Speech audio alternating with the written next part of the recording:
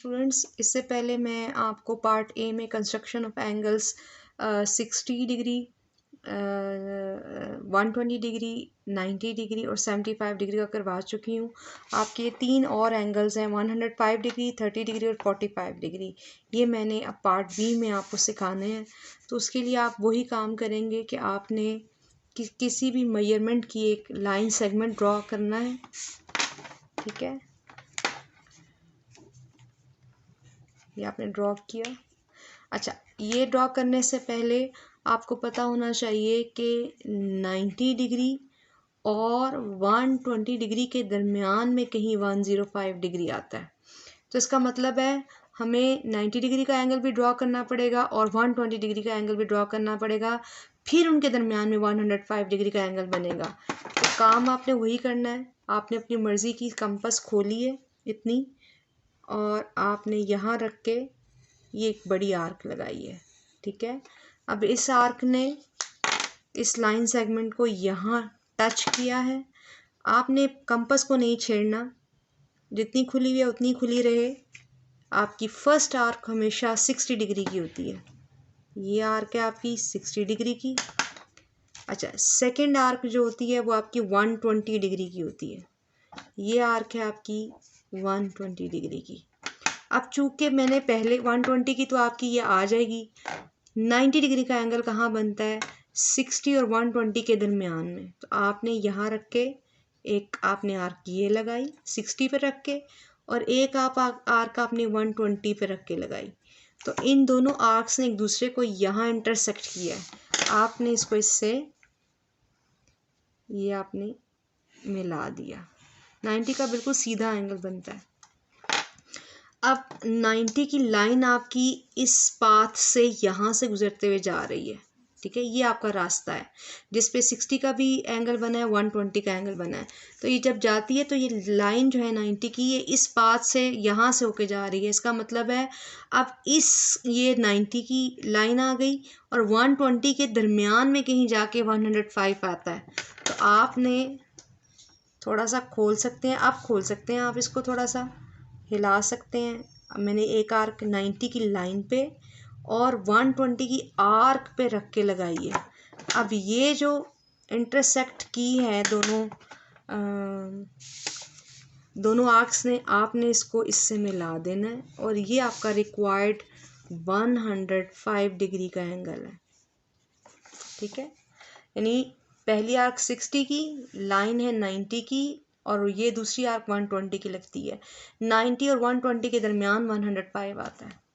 अगला जो है एंगल है 30 डिग्री का। वेरी सिंपल, आपको ये पता होना चाहिए कि 60 का हाफ होता है 30। इसका मतलब है अगर हम 60 डिग्री का एंगल बनाएं और अगर हम उसका हाफ कर लें, उसके एरिया का हाफ कर लें, तो हमारे पास 30 डिग्री का एंगल आ जाता है।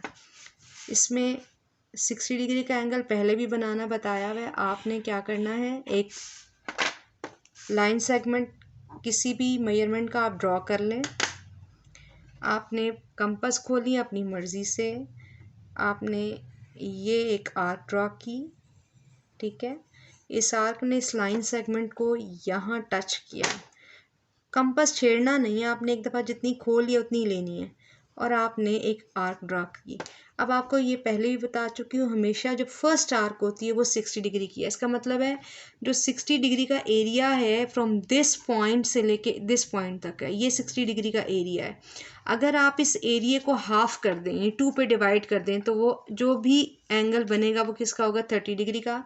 अब हाफ करने का तरीका ये है, अब आप इसको खोल सकते हैं बेशक ना। जब आप हाफ करते हैं किसी भी एंगल को, तो आपने, क्योंकि एरिया स्टार्ट होता है इस पॉइंट से लेके इस पॉइंट तक, तो इन दोनों पे रख के आपने आर्क लगानी है। ये देखिए, आप यहाँ रखें, ये आपने आर्क ड्रॉ की, यहाँ रख के ये आर्क आपने ड्रॉ की है।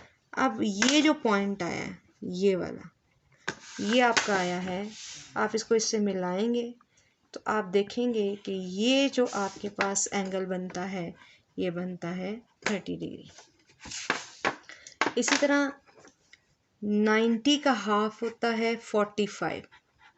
इसका मतलब है 45 का बनाने के लिए आपको पहले 90 का बनाना है और फिर 90 के एरिए को आप हाफ करेंगे तो फिर आपके पास एंगल आएगा 45 डिग्री का।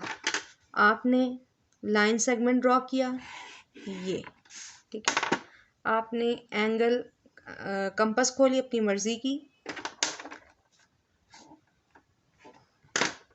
और आपने आर्क ड्रॉ की है।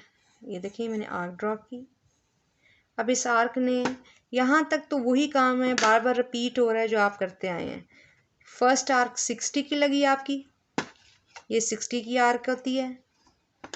सेकंड आर्क आप लगाते हैं 120 डिग्री। अब 60 और 120 डिग्री के दरमियान 90 बनता है। ये देखिए ये और ये आपने इसको इससे ये मिलाया, ये आपका। अब देखें एरिया कहाँ से कहाँ तक स्टार्ट हुआ है।